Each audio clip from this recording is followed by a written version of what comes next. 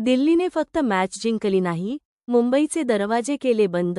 प्लेऑफच समीकरण फिरलं. आयपीएलमध्ये शुक्रवारी दिल्ली कॅपिटल्स संघाने राजस्थान रॉयल्स संघाचा 8 विकेट राखून पराभव केला आहे. राजस्थान रॉयल्सने प्रथम फलंदाजी करताना 225 धावा केल्या होत्या.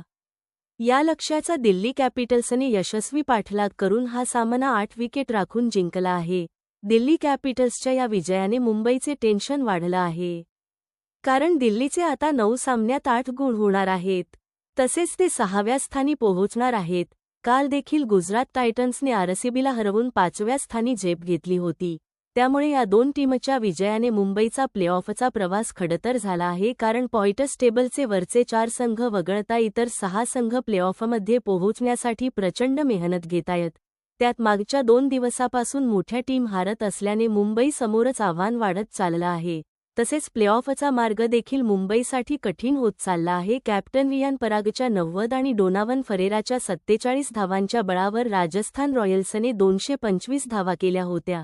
परंतु हे आव्हान दिल्लीच्या संघाने पार करून सामना सहज जिंकला. मित्रांनो, लेटेस्ट अपडेटसाठी आमच्या या यूट्यूब चॅनेलला लाईक करा, सबस्क्राईब करा, शेअर करा. धन्यवाद.